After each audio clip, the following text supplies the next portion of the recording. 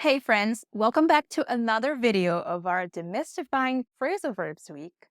Thank you for joining us and sending your comments, your questions, and thoughts after watching the first video of the week. I'm just so honored that you've decided to embark on this journey with us to better understand and use phrasal verbs so you can level up your fluency and speak English with confidence. I created the Demystifying Phrasal Verbs week to show you that not can't, understand and master phrasal verbs in English. Phrasal verbs don't need to give you a headache. You don't have to feel like there's a gap in your knowledge or ability to express yourself completely. I mean, if you feel that way, that's a very good thing. It's a very good sign. But I'm here to help you fill this gap.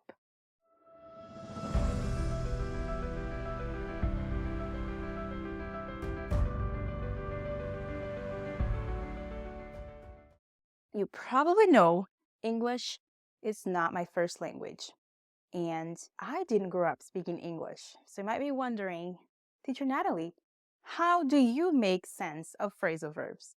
Because if you grew up speaking English, for the most part, you don't really have to think about phrasal verbs. You just use them, you just take them for granted, right?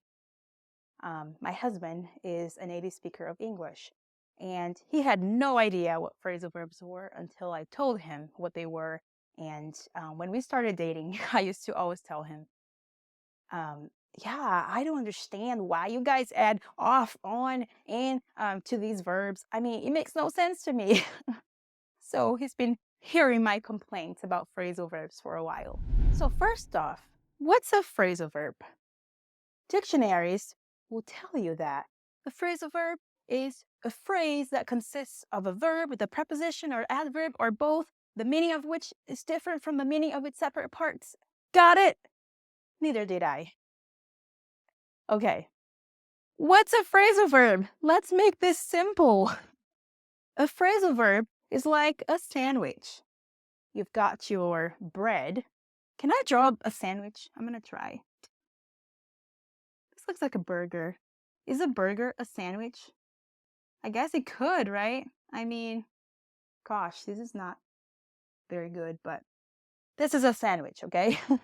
So you've got your bread right here, right? Your bread. If it's a burger, I guess we would call it a bun. All right. And then you add ingredients. You have cheese, mayonnaise, lettuce, all these different ingredients, right? But when you combine these together, we have something entirely different, entirely new, a sandwich. I don't think you say, oh, I'll have a couple pieces of bread with cheese, turkey, some mayonnaise, pickles maybe, and tomatoes. No, right? You say that you have a sandwich. Because when we combine these things together, we have something completely new. All right, let me give you a practical example. This is a piece of paper, right? What verb comes to mind when I do this? Tear, right? To tear. Let me write this down. To tear. Same spelling as tear. Tear, here, when you're crying. Tear, to tear. Now, when I add this particle here up, we have a phrasal verb. To tear up. To tear up. I'm tearing this up. You see? To tear the piece of paper into smaller pieces. You see, when I combine tear and up, we have a new unit of meaning. To tear and tear up don't necessarily mean the same thing. To tear, it's just more general. To tear up is this idea of tearing something into many pieces. I'm tearing everything, the whole paper, right? Here's another example. Since we're talking about sandwiches, take a look at the verb to eat. I'm gonna write this over here. Eat, right? Hope you're not hungry. What happens when I combine the word eat and up? Have this particle here, up. Eat up. We have a phrasal verb.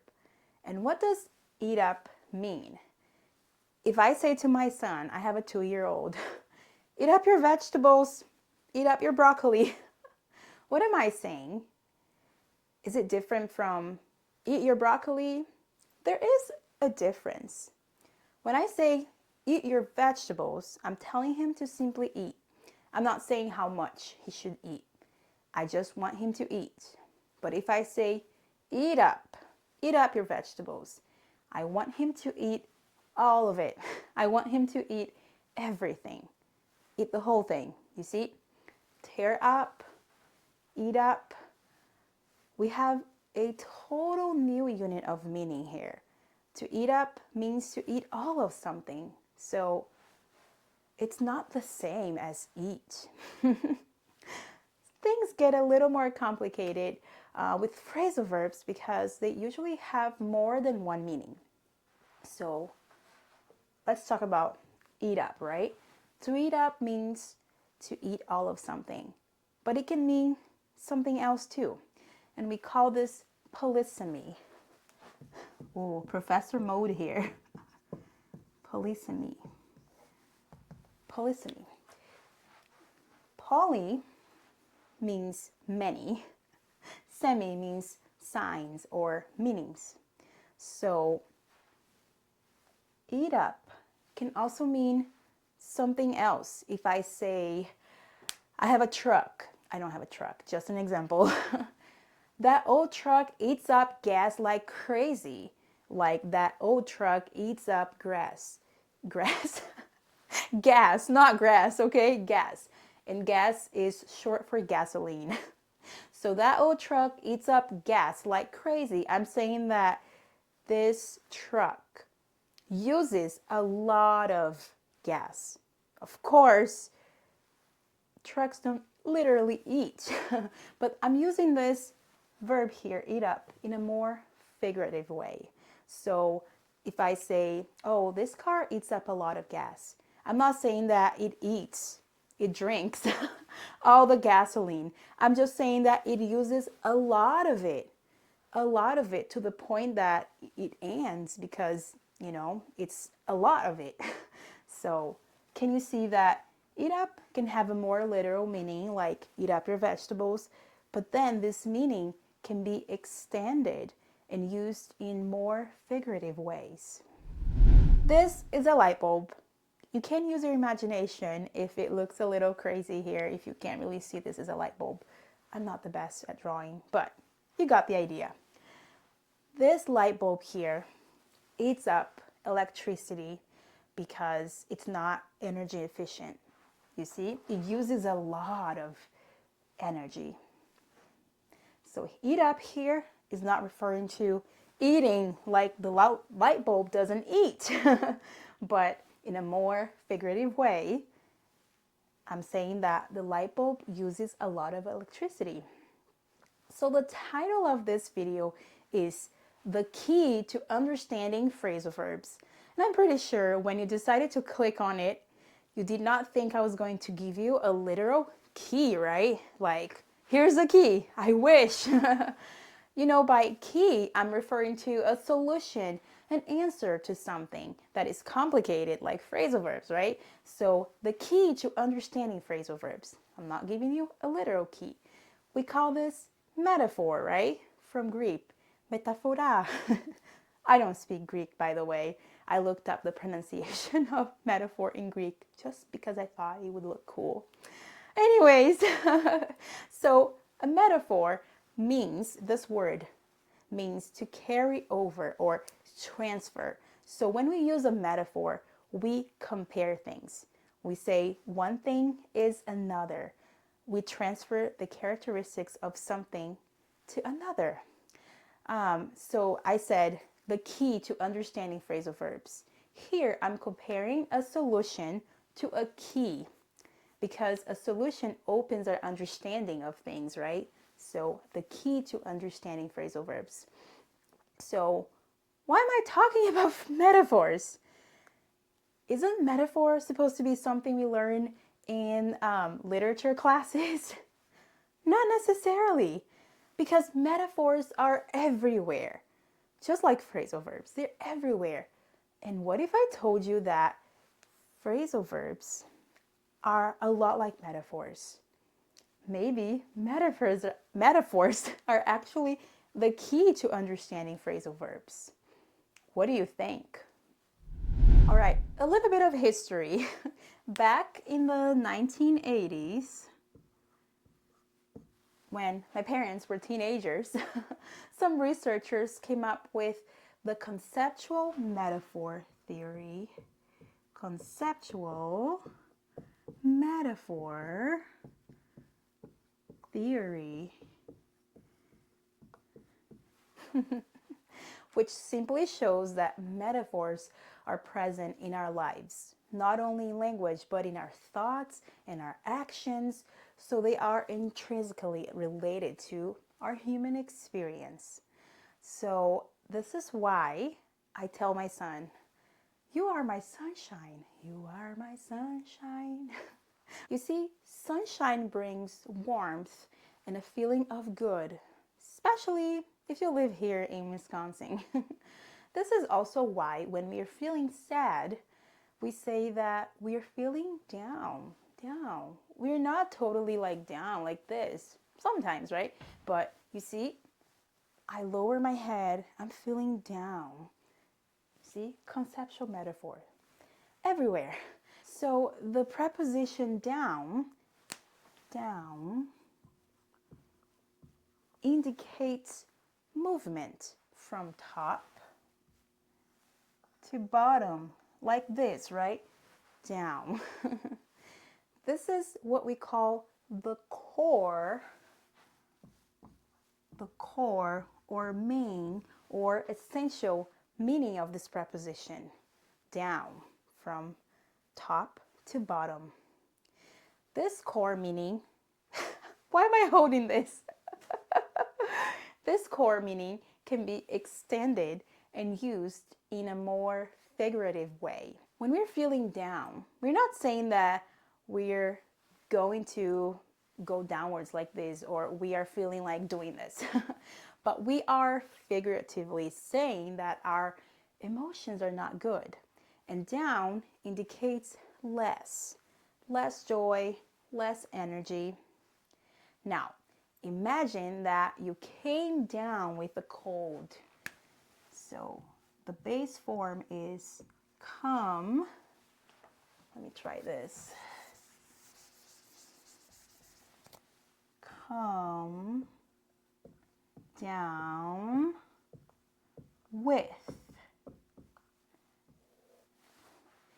I came down with a cold. You see, I'm not talking about literally coming down like this, but I have a cold now. I came down with a cold, I'm not feeling so good. But then I have an idea. Oh, up, right? So let me erase this part, this timeline.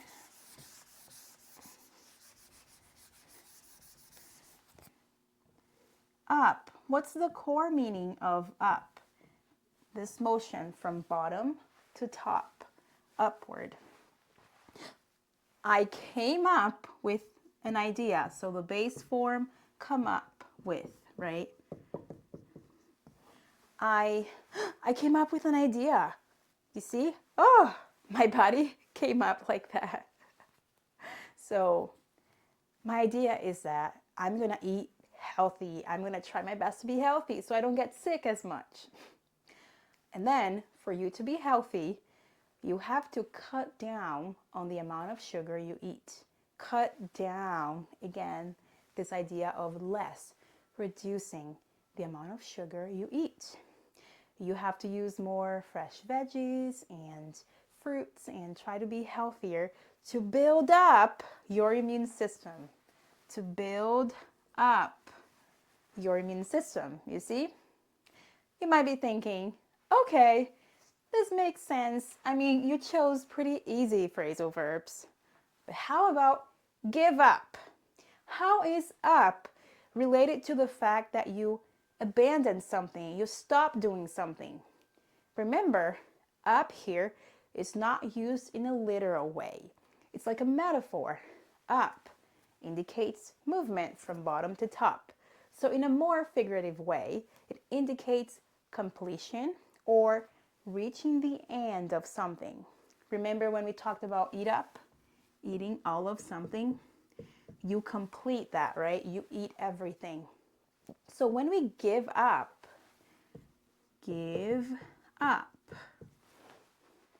we stop what we're doing.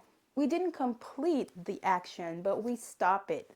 You could also think of yourself holding this balloon and then you stop holding it. You're like, whatever. You give up. Up. You see? Of course, it's not always easy to clearly see this relationship between the core meaning of particles and the meaning of phrasal verbs. It's not always that easy. But when we see this relationship, it's just really helpful because it helps you remember the particles better. And I can say that, speaking from my own experience, I used to confuse particles a lot. And now that I think about the meaning of these particles, eat up, eat all of something. So then if somebody says, I need to clean up today, like this bedroom is a mess, I need to clean up. They're saying they're going to clean their whole bedroom. They're going to make sure they clean things well, you see.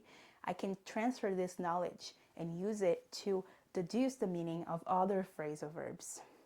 So most phrasal verb books that I've read, that I have, they suggest that there is no relationship between the word up and the meaning of the phrasal verb give up. They say, just learn the whole thing. Like, don't worry about the particle, okay? It's going to throw you off. It's going to confuse you if you think of the particle. They simply say you should memorize phrasal verbs as if they're a completely new word. This is the advice that I followed for many years.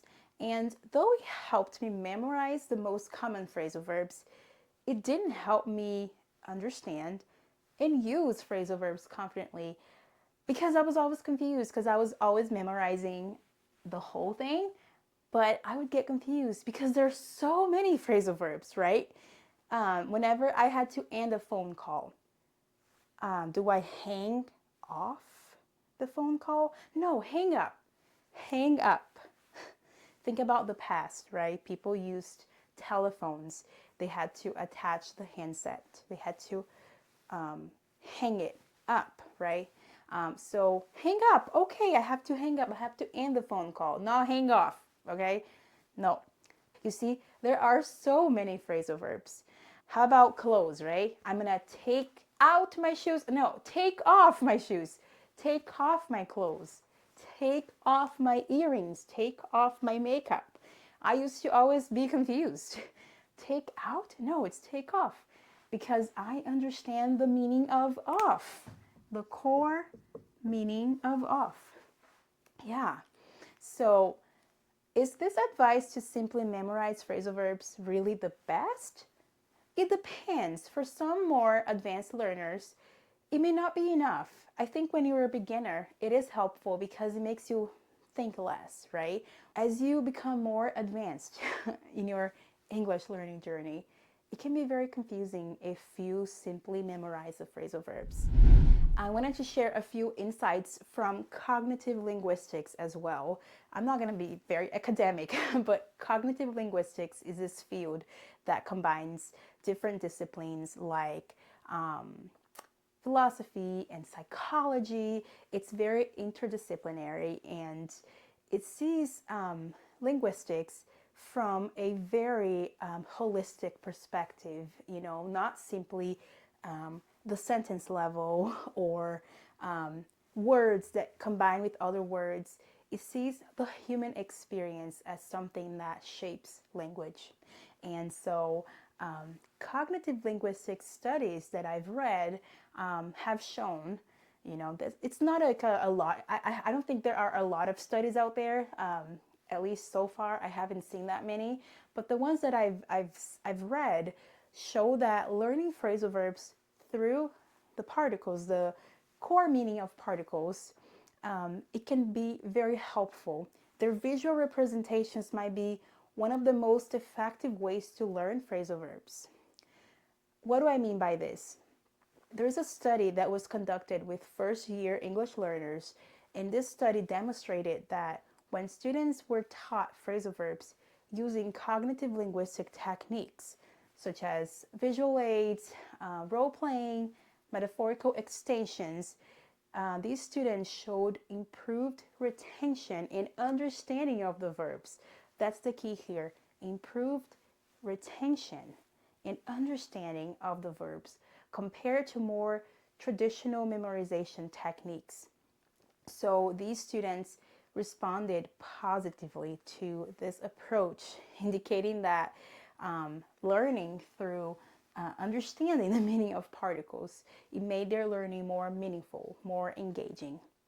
Okay, and I'm just sharing with you these studies because I like to investigate things. I don't just teach out of what I think is best. Of course, I use my intuition, but I like to read studies.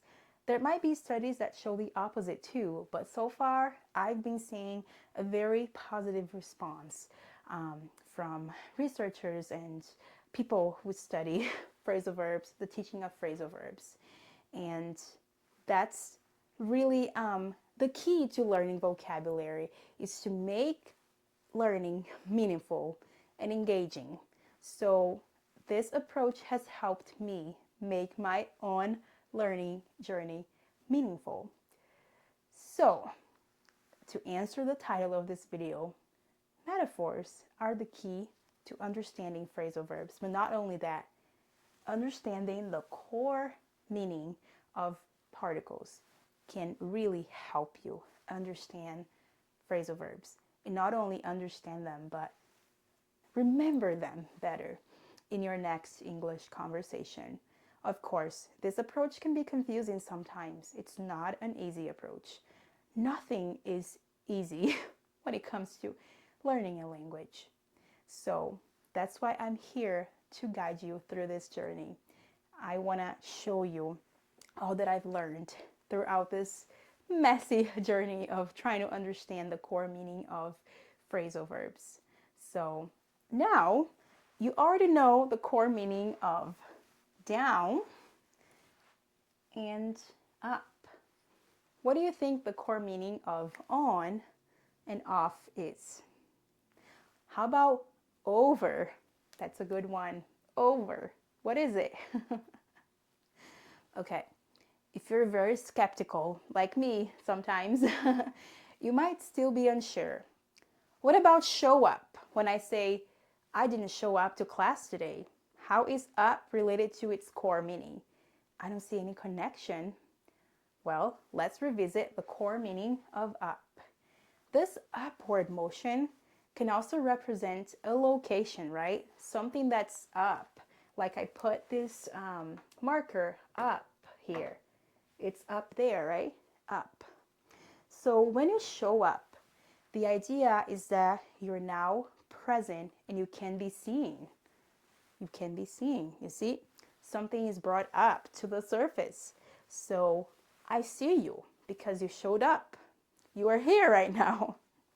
Of course, deducing the meaning of every phrasal verb from its parts isn't straightforward. No, that's not the goal here. The goal is to understand the core meaning of prepositions and adverbs, particles, to better grasp and remember phrasal verbs. And remember, phrasal verbs, these verbs matter too. It's not just about the particle, but we're going to be starting from the particle.